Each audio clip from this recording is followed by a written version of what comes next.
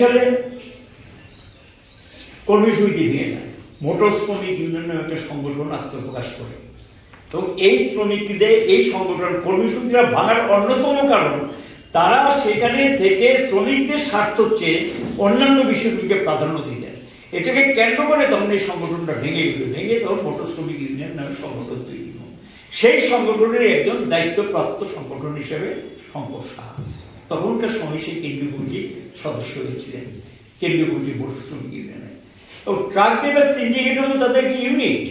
Truck শ্রমিকদের মধ্যে সংগঠন করে, কারণ ট্রাক শ্রমিকরা তখন তার যে গুরুত্বপূর্ণ ভূমিকা এখানে চেষ্টা রয়েছিল যে ট্রাক শ্রমিকদের মধ্যে যদি সংগঠনটাকে দুর্বল করা যায় তাহলে বামপন্থী সরকারটাকে বেকায়দা হয়ে যায়। কারণ আপনারা জানেন 1980 সালের জুনের দাঙ্গার সময় যখন খুব খারাপ অবস্থা আছে, সেই দিনের পরিস্থিতিতে এই ট্রাকের শ্রমিকরা গুরুত্বপূর্ণ ভূমিকা নিয়েছিলেন এবং সেখানে গিয়ে তারা দাঙ্গার বিরুদ্ধে ঘুরে দাঁড়িয়েছিলেন, রুখে দাঁড়িয়েছিলেন। তারা বলতেন যে দাঙ্গা সবচেয়ে বেশি ক্ষতিগ্রস্ত হয় পরিবহন শ্রমিকরা। কেন ক্ষতিগ্রস্ত হয়?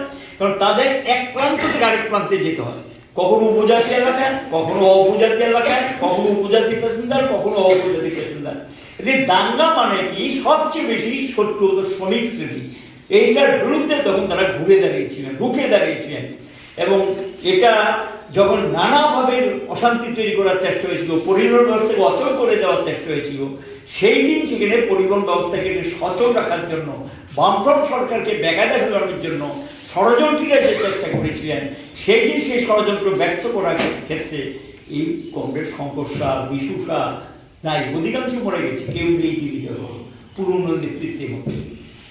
কয়েকজন থাকতে পারে, ধর্মনগরে ছিল রানুনাথ নেই, রশিদ আলী ছিল কৈলাসর নেই, উদয়পুরে তুষার গান্ধী রায় নেই, এরকম সারা রাজ্যে বিভিন্ন জায়গায় ছড়িয়ে ছিটিয়ে যারা ছিলেন মারা গেছে।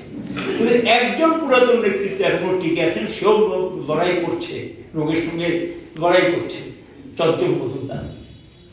একটা শরীর খুবই খারাপ অবস্থা তার শরীরে, কিন্তু প্রতিদিন সংগঠনের খবর রাখেন, প্রতিদিন সংগঠনদের মানে ভূমিকা নেওয়ার চেষ্টা করেন সংগঠন হিসেবে, সুযোগ পেলেই সেখানে শ্রমিকদের সঙ্গে মেশার চেষ্টা করতেন। শঙ্কর শাহ তাদের একটা সবচেয়ে বড় গুণাবলী ছিল যে সত্যিকারের শ্রমিক থেকে উঠে এসেছে, একজন ট্রাক শ্রমিক। আমার নজরে পড়েছিল যে সে একটু নম্রভাষী ছিল, ঝগড়া কম করতে পারতেন। আমার নজরে পড়ে ঝগড়ার সঙ্গে পড়েছে কিনা, এবং নম্রভাষী ছিল, মিশতে পারতেন, এবং এটা ছিল তার একটা গুণাবলী। এবং মাঝে মধ্যে তখন তাদেরকে আমরা পাঠিয়ে দিতাম, এই শঙ্কর শাহ, বিশু শাহ, তাদেরকে 7 দিন 8 দিনের জন্য পোস্টিং দেওয়া হতো। তখন বলা হতো পোস্টিং, কি পোস্টিং? বাগপাশা চুড়াই বাড়িতে থেকে ক্যাম্প করে ট্রাক শ্রমিকদেরকে নিয়ে মিটিং করা কঠিন, তাহলে ট্রাক বন্ধ করতে হবে। ট্রাক বন্ধ করলে আবার রাজ্য অচল হয়ে যাবে। তাহলে কি করতে হবে? ওখানে চুড়াইবাড়ির চেকপোস্ট এবং বাগপাশাতে গিয়ে তাদের একটা সেখানে মিলিত হয়। এই জায়গাতে থেকে 7 দিন 10 দিন থেকে মেম্বারশিপ করা, সংগঠন করা, তাদেরকে নিয়ে সভা করা, 7 দিন 10 দিনের জন্য যেতেন, গিয়ে সেই কাজটা করতেন। এটাতে শঙ্কর শাহ ছিল একটা গুরুত্বপূর্ণ ভূমিকা হিসেবে। এই পরে কিন্তু হাঁটি পা করে অর্গানাইজেশনটা হয়েছে। শঙ্কর শাহ যে এই জায়গায় আসছে, মার্ক্সবাদী লেনিনবাদী রাজনীতির সঙ্গে তার জীবনের অভিজ্ঞতার মধ্য দিয়ে সে সিপিএম এর মেম্বারশিপ নিয়েছিলেন এবং সিপিএম এর পরিবহন লোকাল কমিটির সদস্য হয়েছে। এবং এই বছর সে সম্মেলনের সময় আমার সঙ্গে তার শেষ দেখা পরিবহন লোকালদের কনফারেন্স ছিল সদর পার্টি অফিসে। সেই সম্মেলনে গিয়ে যখন তারা খেতে গিয়েছে তখন ও আমার কাছে এসেছে, সে তখন বসতো, আমি তার সঙ্গে বসে তার শরীরে খোঁজখবর নেওয়ার চেষ্টা করলাম, কি অবস্থা।